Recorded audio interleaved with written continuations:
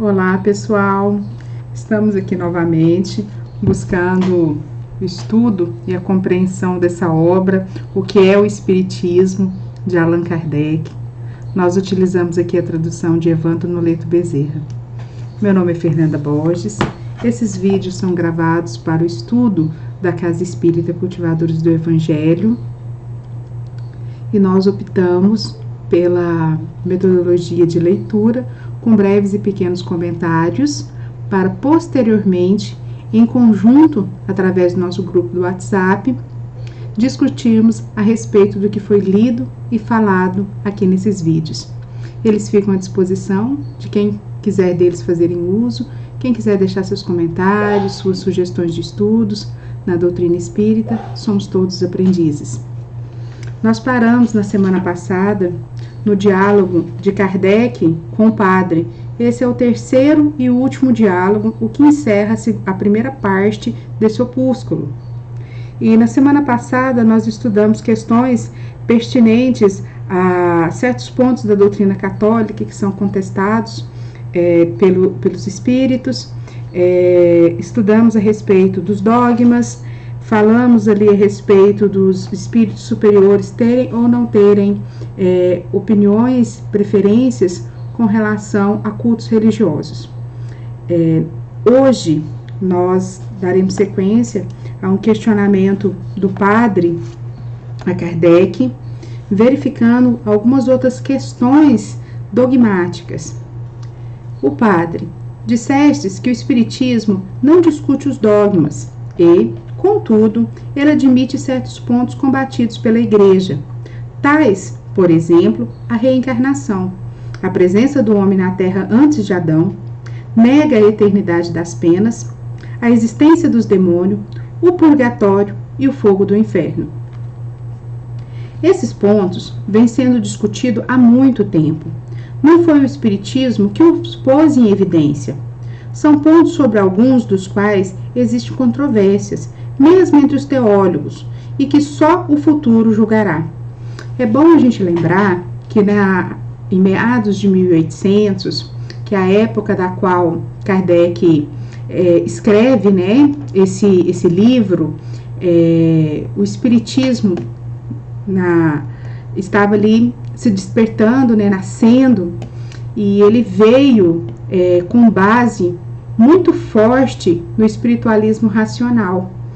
Nessa época existiam duas frentes na França: aqueles dos materialistas, que nada acreditava, que achava que a vida era só a matéria, que morreu, acabou, e existia aqueles outros que já não acreditavam mais nessas questões dogmáticas religiosas, e eles se uniram para poder estudar de forma científica e filosófica as questões da vida, de Deus, do espírito, as coisas que eles ficaram sem explicação diante dos cultos ou diante do que eles aprendiam culturalmente, com seus antepassados. Eles se reuniram e ali nasceu o espiritualismo racional, que já estudava essas questões. Kardec, então, codifica a doutrina espírita baseada nessa disciplina acadêmica. Então, lá, desde essa época, já se discute tudo isso. E mesmo diante de tempos remotos, a gente verifica que o homem sempre teve essa curiosidade em estar sabendo algo mais, em estar investigando. Nem todo mundo aceita a verdade sem discutir, sem compreender. Um grande princípio domina a todos: a prática do bem, que é a lei superior, a condição sine qua non do nosso futuro, como nolo prova o estado dos espíritos que conosco se comunicam. Enquanto a luz não se faz para vós sobre essas questões, acreditai, se o quiserdes, nas chamas e torturas materiais. Se julgais que isso vos impede de praticar o mal, essa crença, porém, não as tornará mais reais se elas não existirem. Acreditais que temos apenas uma existência corpórea, mas isso não impede de renascerdes aqui ou em outra parte, se assim tiver de ser, mesmo contra a vossa vontade. Credes que o mundo todo foi criado em 6 vezes, 24 horas, a despeito das provas em contrário que a Terra nos apresenta, escritas em suas camadas geológicas. Estais convencido de que Josué fez o sol parar, e contudo é a Terra que gira. Afirma que o homem está na Terra há 6.000 anos, embora os fatos vos contradigam. E o que direis se um dia a geologia demonstrar, como tem demonstrado, por traços patentes, a anterioridade do homem, como já demonstrou tantas outras coisas? Então são crenças que elas não vão modificar porque um número de pessoas reduzido ou ampliado acredita ao contrário, né? São questões que elas vão continuar existindo, que a reencarnação ela vai continuar existindo, o progresso tal como ele deve ser, a lei divina vai continuar atuando, mesmo se nós ignorarmos os fatos. Porém, quando nós buscamos compreendê-los melhor, nós conseguimos evoluir. Essa é a lei de progresso. A gente compreende um pouco mais, apropria-se desse conhecimento, utiliza na nossa vivência, né, seja encarnado ou desencarnado, e com isso a gente vai caminhando. Por isso a gente tem tanta necessidade de estar aprendendo, de estar conhecendo a verdade, né? Jesus já nos diz isso: conheceis a verdade e ela vos libertará. Então ainda somos muito escravos da nossa ignorância, dos nossos equívocos, da nossa falta de proatividade em buscar o aperfeiçoamento por nós, por nosso próprio esforço. Crede, pois, em tudo que vos aprover, mas na existência do diabo, mesmo na existência do diabo, se tal crença vos puder tornar bom, humano e caridoso para com os vossos semelhantes. O Espiritismo, como doutrina moral, só impõe uma coisa: a necessidade de fazer o bem e o dever de não fazer o mal. É uma ciência de observação que, repito, tem consequências morais, que são de confirmação e a prova dos grandes princípios da religião. Quanto às questões secundárias, ele as deixa à consciência de cada um. Então, se a gente está agindo no bem, está fazendo tudo aquilo que a gente pode para o próximo, para o semelhante, está buscando viver em paz e em harmonia, independente se o outro entende isso de uma forma ou de outra, não é o que é importante. O que importa é ele estar se lapidando no bem. Né? A verdadeira religião é a religião do amor. É a gente compreender e praticar aquilo que Jesus nos orientou. Que nós possamos amarmos uns aos outros como Ele nos amou. Ele ainda é muito correto, né, quando fala como Ele nos amou, como o exemplo que Ele nos deu. Agora, se a gente faz isso professando uma fé ou outra, não tem problema, mas se a gente está praticando dessa forma, é o que vai nos auxiliar para que a gente possa continuar caminhando, para que a gente possa continuar evoluindo. A necessidade de fazer o bem e o dever de não fazer o mal essa foi a parte que nós lemos. Notai bem, Senhor, que alguns dos pontos divergentes de que acabaste de falar não são, em princípio, contestados pelo Espiritismo. Se tivesses lido tudo quando tem escrito a respeito, teríamos visto que ele se limita a dar-lhe uma interpretação mais lógica e racional do que vulgarmente lhe dão. É assim, por exemplo, que ele não nega o purgatório. Antes, pelo contrário, demonstra sua necessidade de justiça. Vai mesmo além, ele o define. O inferno foi descrito como uma imensa fornalha, mas será assim que o entende a alta teologia?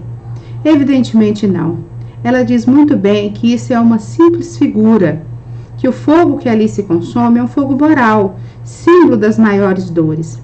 Quanto à eternidade das penas, se fosse possível fazer uma eleição para se conhecer a opinião íntima de todos os homens que raciocinam e estão aptos a compreendê-la, mesmo entre os mais religiosos, se veria para que lado penderia a maioria, porque a ideia de uma eternidade de suplícios é a negação da infinita misericórdia de Deus.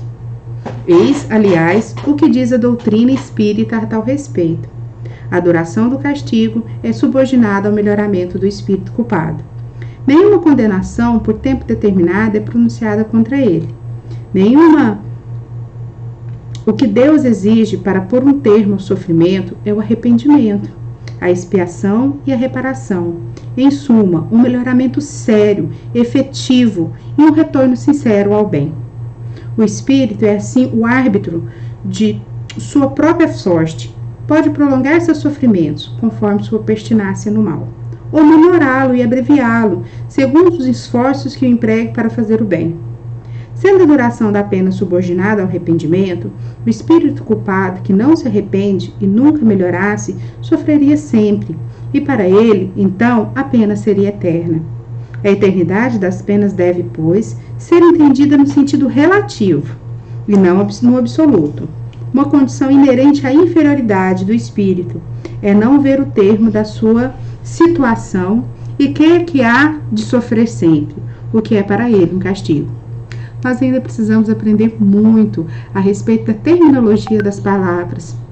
O que significou naquela época, por que esse termo foi usado dessa forma, saber interpretar as figuras de linguagens.